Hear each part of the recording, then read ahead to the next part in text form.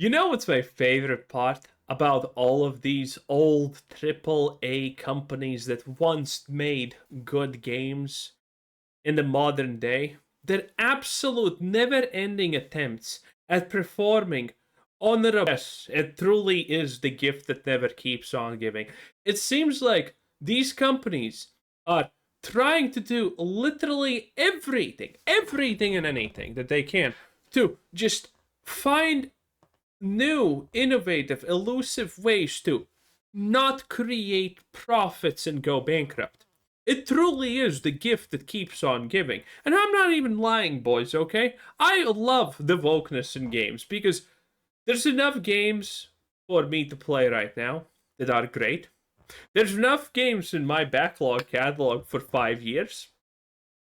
Not to mention the, 5 years of games that I can replay. I'm talking about you, Zanzarak, the Legend of the Hidden Portal. That's right, boys. I'm gonna be the Pokemon Master, but with a teenage girl that collects fairies. Oh god, that game was so bitch! In any case, not that I have played it 3 times or anything, or more at this point. Oh, but I digress.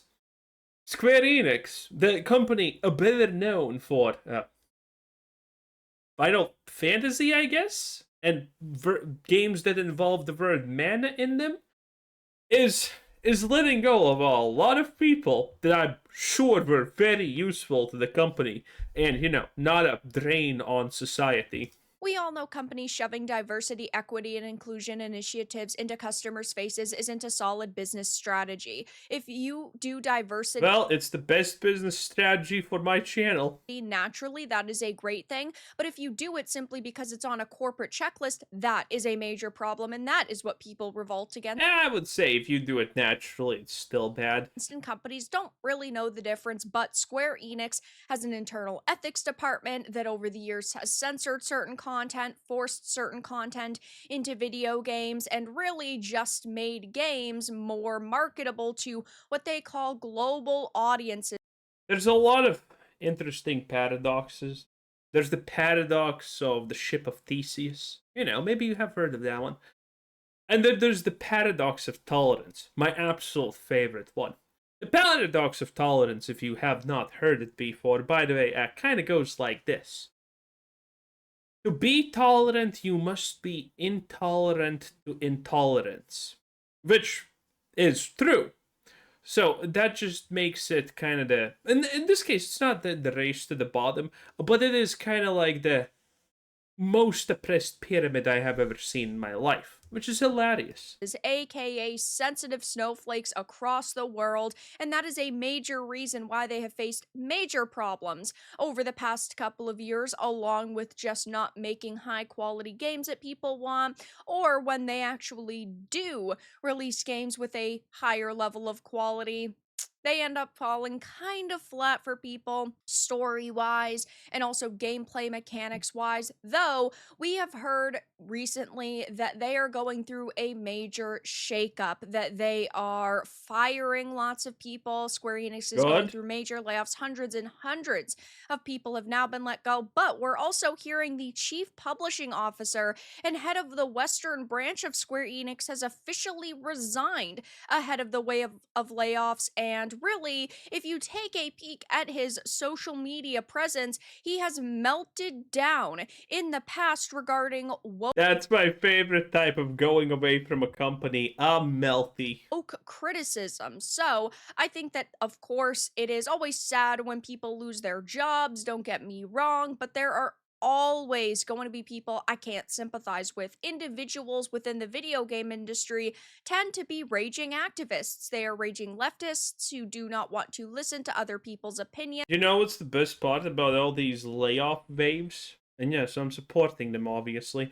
It's the fact that it's like, you hear about them constantly. A month passes, oh, another 500 Vogue developers got laid off. But why? But why? Their game only costed 100 million to make, even though it was not even triple A. It wasn't even double A. It wasn't even single A. It was an indie title, and it sold roughly 5 copies. And arguably, all of them were the developers themselves. Literally Concord, by the way. Yes.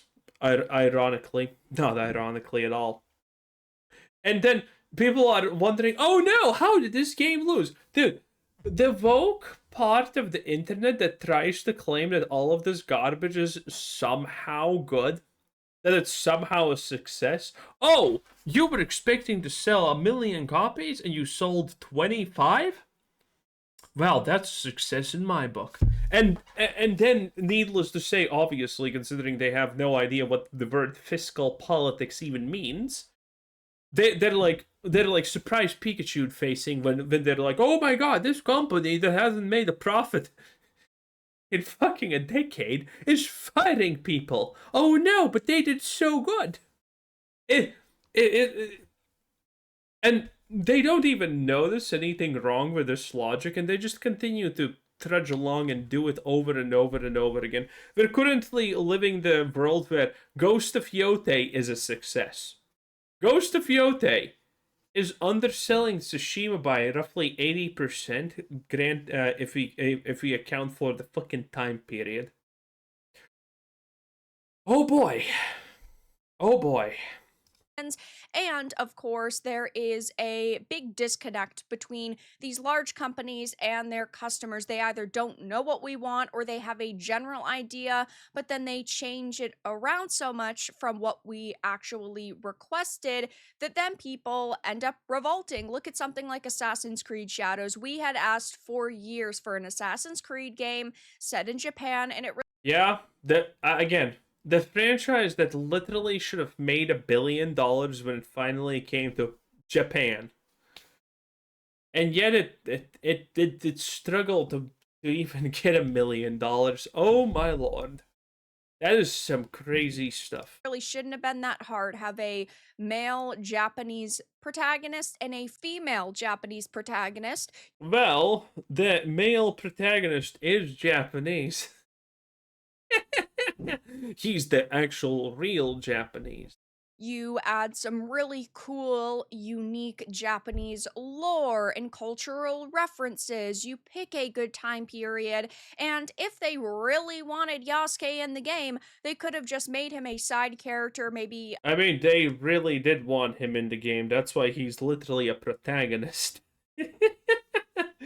I can't. This stuff just writes itself. A companion who helps the main characters, but because they decided, oh, this is the person who is going to be our first playable protagonist, it raised a lot of red flags, and a lot of people saw through Ubisoft's BS that they didn't just do that because they thought it was the best story to tell. They did it for political reasons. And Yep. Square Enix is a company that makes a lot of decisions based on politics as well, and it's sad that Square Enix has fallen so much so fast because they have made some really amazing games in the past. They have some really amazing series, but this is another company that just doesn't always know what their customers want. And I do think a major problem is the people that they are hiring. We know that they have a lot of Western developers within their ranks, and they have hired a lot of snowflakes for positions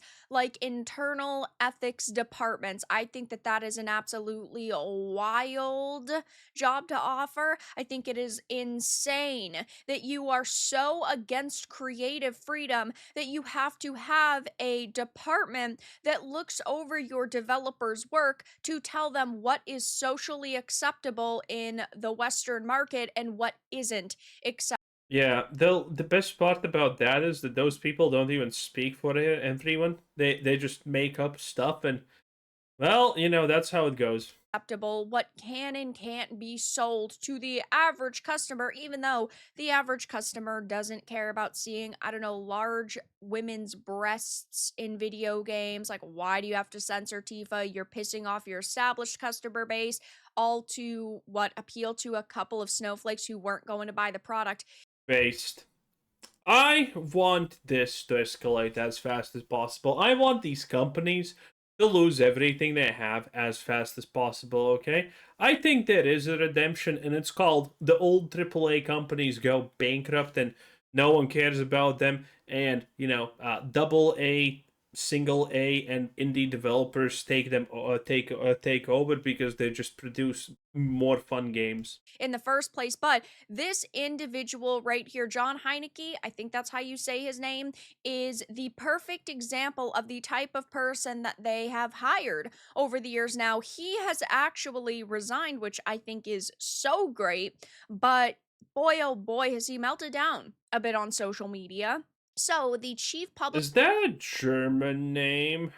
Would make a lot of sense, or Swedish. publishing officer and head of the Western branch of Square Enix has officially resigned ahead of the wave of layoffs. He responded, "Piss off," to concerns of woke ideology in video games, and he was the direct voice of the Western market to Japan. So he has made a couple of posts that people are now screenshotting and bringing up. Here's the first one. "Yesterday, I announced to my team at Square Enix that I have decided to resign from my role as Chief Publishing Officer effective on November 21st. This has been a difficult decision as it means that I must part with a very talented group of high-performing and passionate co-workers and friends across the US and Europe." Whoa, whoa, whoa, whoa, whoa. He didn't call them, diverse? What the hell? Oof. "It has been my distinct honor to lead, to work alongside, and to learn from such an amazing team. I want to thank the Square Enix leadership." Wait, that's exactly what you want an officer role to say. Oh, I'm thankful for all the people who are supposed to be worse and stupider than me. I learned a lot from them. Bro, that is like the worst self-admission of, what would be the, I wanted to say the T word, but, you can't. That would be the worst admission of ineptitude that you can actually get. Team for entrusting me in this role and giving me such a fantastic professional opportunity. And I want to thank my teammates and colleagues for their support throughout my 7 years at the company. Finally, I'd like to thank all of the Square Enix players and fans for your passion and enthusiasm. Your energy keeps our teams fueled more than you know. So yes, he God, look at this. I don't know how it works in LinkedIn, but you can see 282 of something. There's probably like 15 different HR managers there being, "This is a good example of a good bio letter." but a bunch of losers. fueled more than you know. So, yes, he worked closely with Japan as a senior leader of Western publishing business, interacted directly with the CEO and leadership teams in Japan to illustrate needs and challenges in Western markets and to propose solutions. So, he is one of the What challenges? This is like anime is facing a similar situation. It's the fact that localizers are just virtue signaling and doing everything that no one wants them to do. They're like, okay, here's what this says. It's a very simple hello, and they're like, okay, we're doing this for the West, so we're gonna translate hello as yo. And like, no one wants them to do this. They're literally ruining anime. No one was complaining about translations before. Now it's a bunch of weirdos trying to push their ideologies, and now everyone's complaining. I mean, is coincidence? I think not. Major individuals, the lead individual actually, who told them what was and wasn't acceptable in the Western market. He is based in Los Angeles, California, so you can already tell the type of person that he most likely was, and this could be very positive for gamers. If they actually hire somebody who knows what gamers truly want, and he actually responded to a comment left by someone named Azif Zahor, who said when AAA starts pushing agendas gamers don't want to see, they pay for it by not buying the game. Fire the long-term failing CEO and the staff that embraced woke ideology. And John here said, "Oh, piss off," as if that isn't. And 5 likes, dude. LinkedIn is already a clown show, okay? It's literally run by HR pretty much, and it's hilarious. Okay?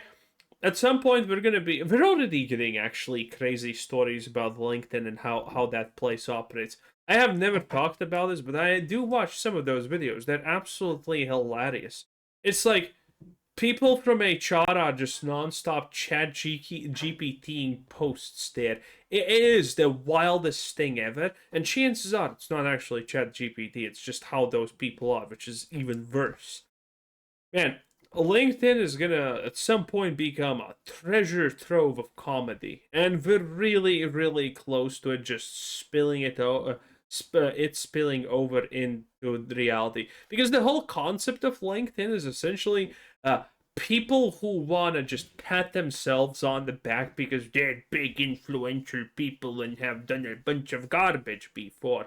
I mean, Cynthia Williams is literally amongst those people on LinkedIn. You need to understand, she has for 20 years straight just somehow managed to fail upward. She has been for the past 20 years literally getting kicked from company to company, and then hired in a more meaningful position and keeping ruining everything.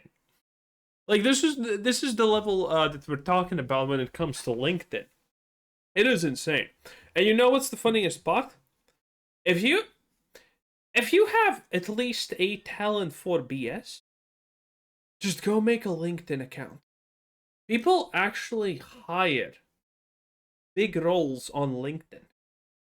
Some people who got their first shot at being noticeable, like, division leaders and things like that, they got hired from LinkedIn. They just got noticed by some kind of a random HR person of high caliber, and they were like, "Oh, want to work for our company? I didn't apply. Yeah, no, your LinkedIn looks good." And those are real stories. There's so many of them. LinkedIn is gonna actually probably end up creating some kind of global ineptitude catastrophe amongst the C-suite at some point. A legitimate concern when it is. There are so many companies who do focus on pushing agendas. They do focus on the narrative that they can shove in players' faces and the political statements that they can shove in players' faces instead of going into a project simply focusing on entertainment and creating a product that is going to be used as a form of escapism for people instead of responding to this concern in a very positive manner or in a very insightful manner, in a way that sounds like he was actually listening to customers and criticism. No, no, no. He decided to say, "Oh, piss off. You don't know what you're talking about. This isn't true. You're blowing this out of proportion. Absolutely ridiculous." And he is actually one of the lefties who cried about freedom of speech surrounding the Jimmy Kimmel situation. Ah, of Disney course. dropped the ball on freedom of speech. Sadly, they value their pending merger more than free speech, which I think is so fucking funny. Coming from somebody at Square Enix, a company that has an internal. Disney is having a pending merger? What the hell? The only thing that I have heard is that Disney made a bid for Warner Brothers or something like that, or what was the studio? And that's a bid, that's not a merger. They're making a bid to acquire them, not merge with them. If that's what they're talking about. Otherwise, I actually don't know. So, if there's anything, please leave in the comments. I would like to know what's happening with Disney. Internal ethics department that tells employees the way that they can and can't act, what they can and can't post on social media, and the content they can and cannot create for their video games. Where is the outrage surrounding freedom of speech and freedom of expression within the company? Well, this is what we call freedom of my speech, but not yours, okay? Rules for thee, but not for me. Anyway, that was very dark 10 out of 10. Bye!